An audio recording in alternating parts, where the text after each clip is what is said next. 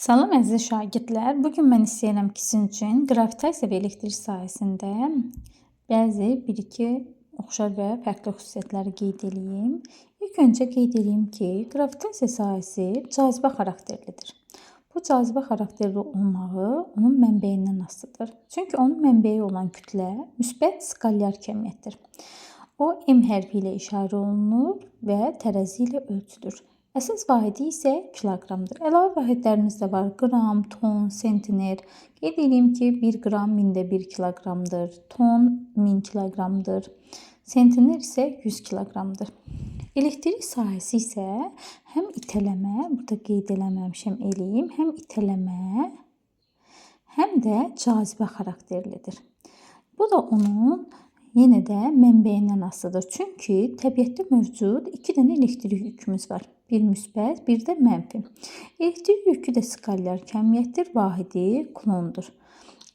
Təbiətdə məlum olan ən kiçik elementar yük 1,6 vursun 10⁻⁹ kulondur. Bu isə proton və elektronun yüklərinə uyğun gəlir. Biz bilirik ki, proton və elektron qiymətcə bərabər, işarəcə isə əks yüklərə malikdir.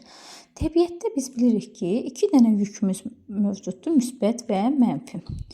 Əks işarəli yüklər bir-birini cəzb edir. Eyni işarəli yüklər isə bir-birini itələyir. Baxın, əziz şagirdlər, bunu 2 dənə mənfi üçün də qeyd edə bilərik. Buna görə də elektrik sahəsi həm itələmə, həm də cazibə xarakterli ola bilir. Ancaq qravitasiya sahəsi isə yalnız cazibə xarakterli ola bilər. Hər bir sahənin bir qüvvə xarakteristikası olmalıdır. Qravitasiya sahəsinin qüvvə xarakteristikası qravitasiya sahəsinin intensivliyidir. Qravitasiya sahəsinin intensivliyi balaca J hərfi ilə ifadə olunur və vektorial kəmiyyətdir. J bərabərdir F bölünsün M. Buradakı M, kiçik M cismin kütləsindən qravitasiya sahəsinin intensivliyi asılı deyil. Bəs nədən asılıdır qravitasiya sahəsinin intensivliyi? O, ümumdünya cazibə qanunu yazsaq, burada M planetin kütləsi, bizim halda isə yerin kütləsidir. Və onun üzərində kiçik bir dənə kütləli bir cisim qoysaq və gətirib yerinə qoysaq, burada M-lər ixtisara gedər. Görərik ki, J alınar, J-in bölünsün yerin kvadratı. Buradan görünür ki, J cismlə yerin mərkəzi arasındakı məsafədən və yerin, burada yerdir və yaxud da başqa planetin kütləsindən asılıdır. Bu, hər planet üçün bu hesablanır. Məsələn, yer üçün bu qiymət 9,8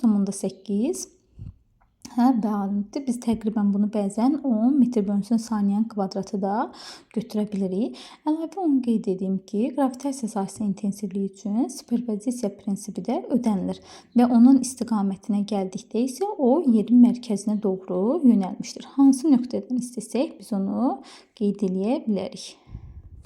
Bəs qravitasiya sahəsinin intensivliyi başqa nədən asılıdır? Qravitasiya sahəsinin intensivliyi yerin coğrafi quruluşundan asılıdır. Ekvatordan qütblərə doğru getdikcə qravitasiya sahəsinin intensivliyinin qiyməti artır.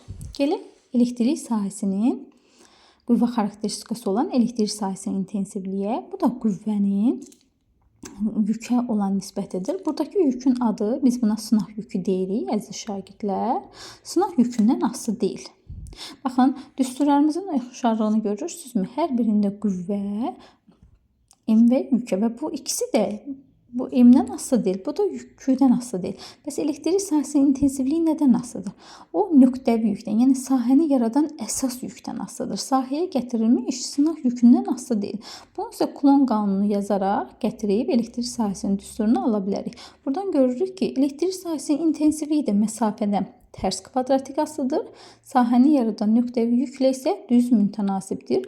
Düsturlarımızın oxşarlığına diqqət edirək. Bəli, bəs elektrik sahəsinin intensivliyini biz xəttlərini necə göstəririk?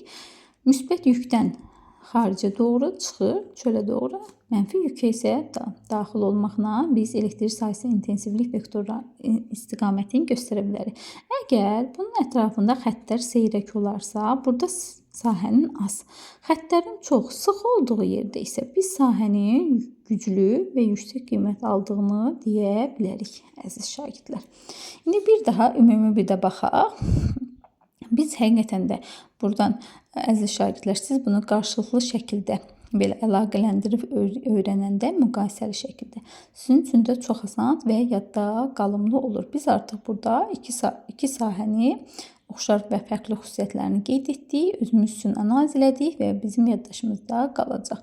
Bir dənə də əlavə qeyd eləmək istəyirəm ki, bu sahələrdə konservativ qüvvələr təsir eləyir. Və bu nə deməkdir? Burada görülən iş trayektoriyanın formasından asılı deyil və qapalı trayektoriya üzrə görülən iş sıfırdan asılıdır. Bunun haqqında növbəti videolarımızda geniş izah verəcəm.